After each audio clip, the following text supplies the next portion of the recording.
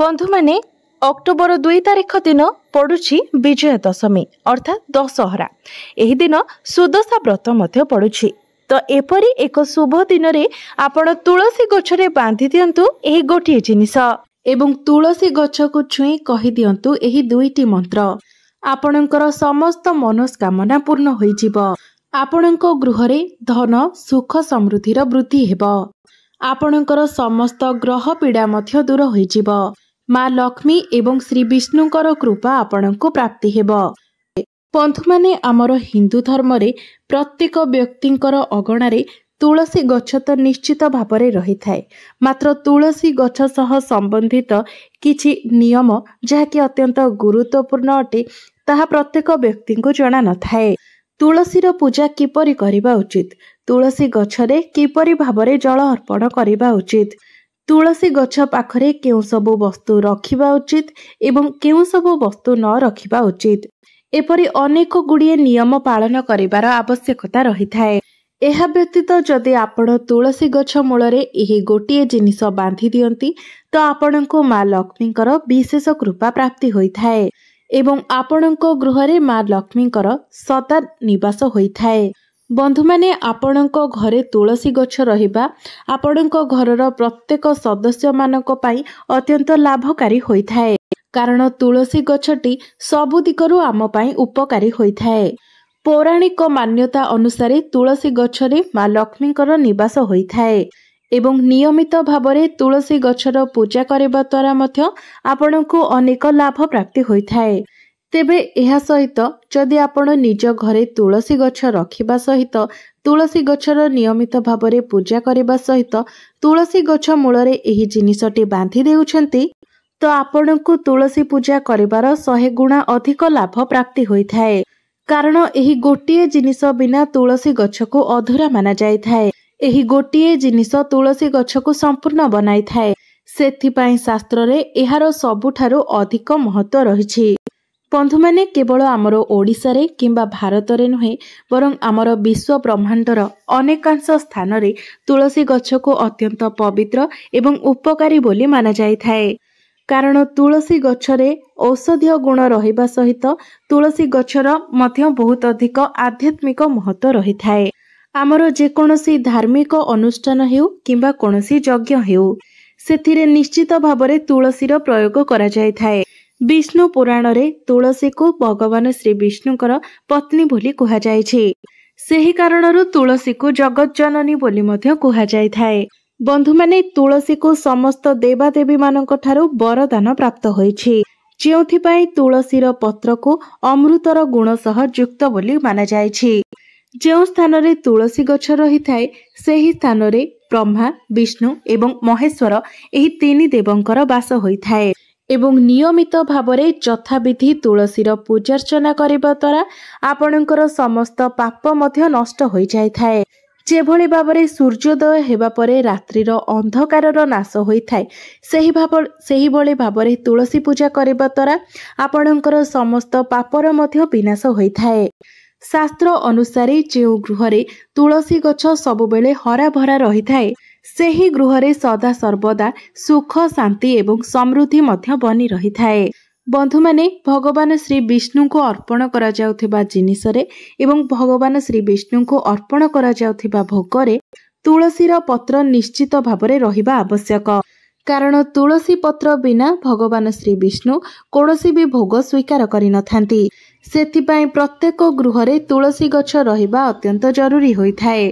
तो बंधु माने जदि आपणक घरे तुलसी गछ रहिछि तो निज घरे सुख शांति धन धान्य एवं समृद्धि वृद्धि करिबा पई आपण निश्चित भावरे माँ तुलसी को चुनुरी अर्पण करिबा उचित।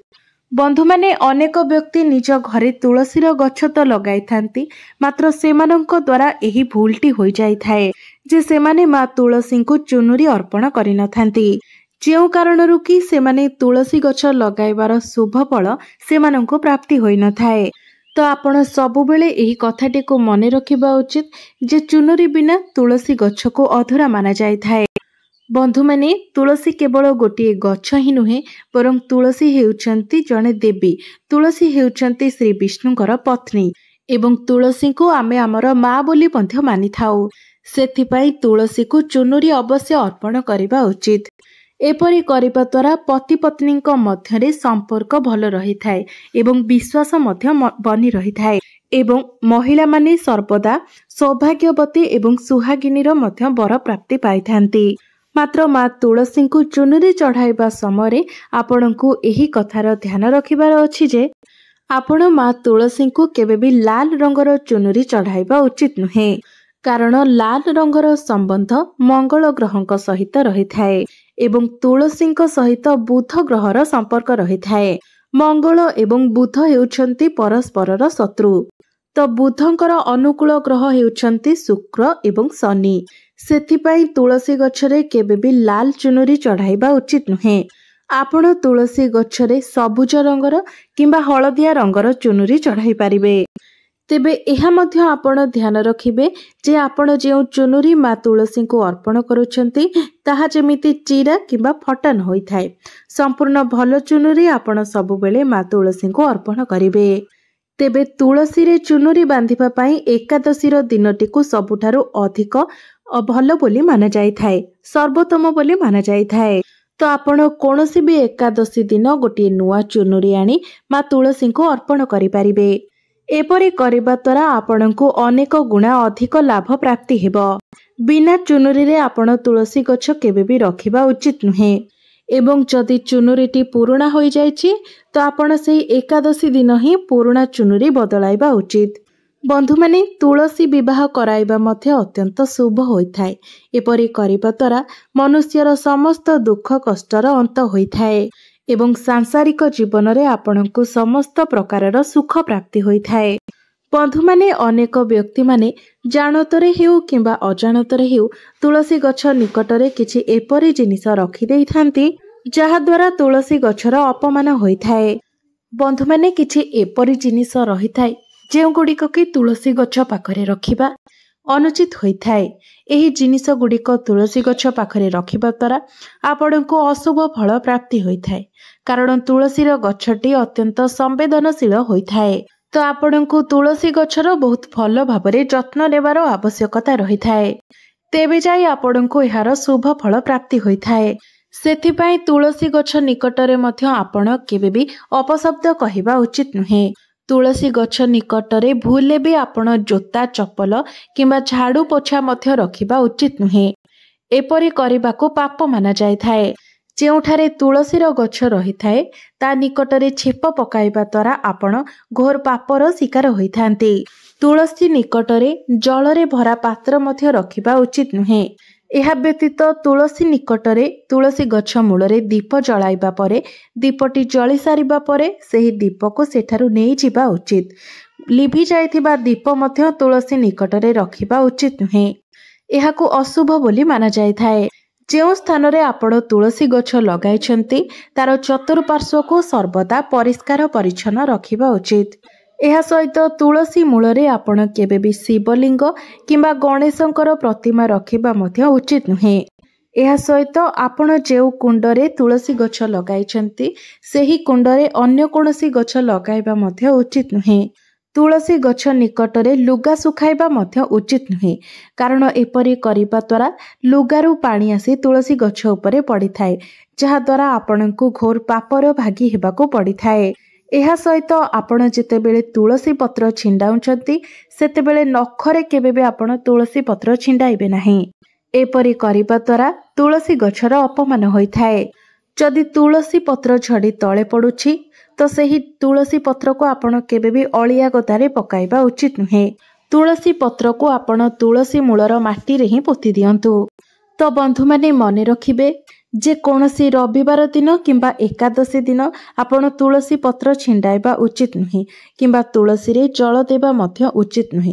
एहा व्यतीत अन्य दिन गुड़िकरे आपण प्रत्येक दिन सकाळु तुलसी गछरे जल अर्पण करंतु एवं संध्या समय तुलसी मूलरे दीप जालंतु।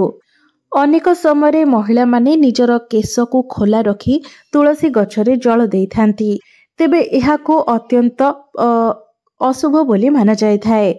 जो माने सुहागिनी अटंती तो सेमाने जेतेबेले तुलसी गछरे जल देउछंती तो आपण निज मथारे सिंदूर लगाई केश को बांधी मुंडरे ओढ़णा देई तुलसी गछरे जल अर्पण करबा उचित। एपरि करबा द्वारा आपणको माँ तुलसींकर आशीर्वाद प्राप्ति होइथाए। एवं जेतेबेले आपण तुलसी गछ लगाउछंती तो आपण एही कथा को ध्यान रे रखिबे जे आपण जो माटी रे तुलसी गछ लगाइबे सेही माटी जेपरि कोनोसी अपरिष्कार जगारू आपण न आणंती। सब बेले कोनोसी पवित्र स्थानर माटी रे ही आपण तुलसी गछ लगाइबा उचित। एहा सहित कोनोसी अपरिष्कार स्थान रे मध्य तुलसी गछ लगाइबा उचित नुहे। जेपरिक कोनोसी नाळ निकटरे हेउ किंबा बाथरूम पाखरे हेउ आपण केबे भी तुलसी गछ लगाइबे नाही। बंधु माने आपण माने मने रखिबा उचित जे आपण जे तुलसी गछ लगाइछंती ताहा जेपरि केबे न सुखिबा उचित। कारण शास्त्र रे मान्यता रहिछि जे तुलसी गछ सुखिबाको अकाल मृत्युर संकेत भाबरे माना जायथाए। जदि आपण लगाइथिबा तुलसी गछटी सुखी जाए तो आपणको गृहर सुख समृद्धि मध्य सेही भली सुखी जायथाए। कारण सुखी जाइथिबा तुलसी गछरे माँ लक्ष्मीकर निवास होई न थाए।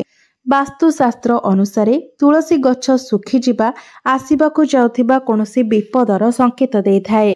सेथिपाई तुलसी गछर भल भाबरे जत्न नेबा आवश्यक होइथाए एवं प्रत्येक दिन तुलसी गछकू जल अर्पण करी तुलसी गछकू सबुबले सबुजिमा भरा रखिबा उचित। एवं तुलसी गछरे केबे भी कोनोसी केमिकल किंबा सारर प्रयोग करिबा मध्य उचित होई न थाए। आपण चाहिले तुलसी गछ मूलरे गोबरर प्रयोग करि पारिबे, मात्र अन्य कोनोसी सार किंबा रासायनिक पदार्थर आपण उपयोग करिबा अनुचित होई थाए। एहा व्यतीत तुलसी गछरे केबे भी बुढ़ियाणी जाल किंबा कोनोसी अन्य कीट लागिबा मध्य अशुभ होई थाए।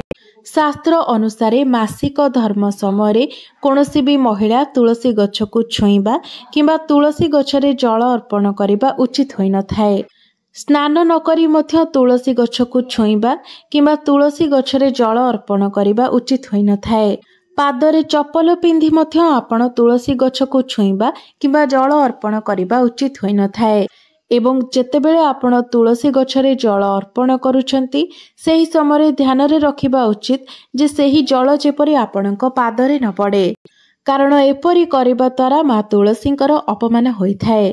बंधु माने श्रीकृष्ण कहिछंती जे नित्य तुलसी गछर दर्शन करिबा द्वारा मनुष्य को स्वर्ग प्राप्ति होइथाए एवं प्रत्येक दिन तुलसी पत्रर सेवन करिबा द्वारा मनुष्यर समस्त पाप मध्य नष्ट होई जायथाए। तुलसीर गछ को सबुबले आपण निजर घरर सम्मुखरे लगाइबा उचित। तो तुलसी गछ को पूर्व किंबा उत्तर दिगरे लगाइबा सर्वोत्तम होइथाए। जदि आपणकर तुलसी गछर कुंडरे अन्य कोनोसी गछ उठी जाउची तो से सबु गछ को आपण उपाड़ी देबा उचित। मात्र जदि तुलसी कुंडरे आउ अन्य तुलसी गछ उठुची तो यह को अत्यंत शुभ बोली माना जायथाए। आपण चाहिले एही तुलसी गछ को अन्य काहाको मध्य देई पारिबे। माना जायथाए जे जदि आपणको गृहरे एकरु अधिक तुलसी गछ आपे आपे उठी जायथाए तो एहाको माँ लक्ष्मीकर आगमनर संकेत बोली माना जायथाए। तुलसी गछ निकटरे केबे भी कंटा जातीय कोनोसी गछ लगाइबा उचित नुहे। कारण कंटा जातीय गछरु नकारात्मक ऊर्जा निर्गत होइथाए। बंधु माने अनेक व्यक्ति निज घरे नागफेणीर गछ रखिथांती, मात्र घरे कोनोसी भी कंटा जातीय गछ जहाँकि मरुस्थलीय गछ होइथाए से सबु को घरे रखिबा उचित होई न थाए।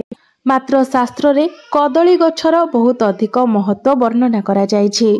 जदि आपण तुलसी गछ निकटरे कदली गछ लगांती तो आपणको बहुत अधिक शुभ फल प्राप्ति होइथाए। कारण कदली गछरे श्री विष्णुकर वास होइथाए। तुलसी गछ निकटरे कदली गछ लगाइबा द्वारा आपणको गृहरे सुख समृद्धिर वृद्धि होइथाए। कारण जो स्थान रे श्री विष्णुकर वास होइथाए सेही स्थान को माँ लक्ष्मी आपे आपे चली आसीथांती। एहा सहित तुलसी गछ मूलरे आपण शालग्राम मध्य निश्चित रूप रे रखिबा उचित। कारण शालग्राम को श्री विष्णुकर निराकार रूप बोली माना जायथाए। शालग्रामटी गोटे कला रंगर पत्थर होइथाए जहाको अत्यंत विलक्षण एवं मूल्यवान बोली माना जायथाए। तो जदि आपण तुलसी गछ मूलरे शालग्राम रखंती तो आपणको गृहर समस्त नकारात्मक शक्ति गुड़िक नष्ट हो जायथाए। विष्णु पुराण अनुसार शालग्रामर चरणामृत जदि मृत्यु समय कौनसी व्यक्तिर मुहरे दि जाए तो सही व्यक्ति को विष्णु लोक प्राप्त होता है। तो बंधु माने जो व्यक्ति प्रत्येक दिन शालग्रामर चरणामृत पान करिथाए सही व्यक्ति को निश्चित रूप से मृत्यु पर मोक्ष प्राप्ति होता है। तेबे अनेक व्यक्ति चरणामृत को निजर मस्तक मारी थांती, तेबे यह संपूर्ण रूप से अनुचित अटे।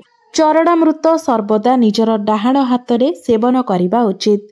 तेबे आपण जेतेबेले निज घर को शालग्राम किणिकी आणुछंती सेतेबेले आपण को ध्यान रखिबा उचित जे सही शालग्राम जेपरी असली शालग्राम होइताय, कारण एबे मार्केट रे बहुत नकली शालग्राम मध्य मिलुछि जहार पूजा करबा द्वारा आपण को कोनोसी भी शुभ फल प्राप्ति होई न थाए। तेबे आपण निज घरे केवल गोटिए ही शालग्राम रखी पूजा करबा उचित। तो आपण जेतेबेले शालग्रामर पूजा करूछंती तो तांकु चंदन लगाई गोटे तुलसी पत्र उपरे रखी पूजा करती तो आपण को अनेक शुभ फल प्राप्ति होता है। एवं प्रत्येक दिन जदि आपण पंचामृत रे शालग्राम को स्नान करती तो आपण को समस्त जन्मर पाप मध्य नष्ट हो जाए। शालग्राम सकारात्मकता एवं सात्विकतार प्रतीक होता है। तेबे बंधु माने मोर एही भिडियोटी जदि आपण मानकु भलो लागि थाए तेबे भिडियोटी को लाइक करी चैनल टी को सब्सक्राइब करि देबे एवं कमेंट बॉक्स रे भक्ति एवं श्रद्धार सहित जय श्री विष्णु जय मां लक्ष्मी निश्चय लिखिबे।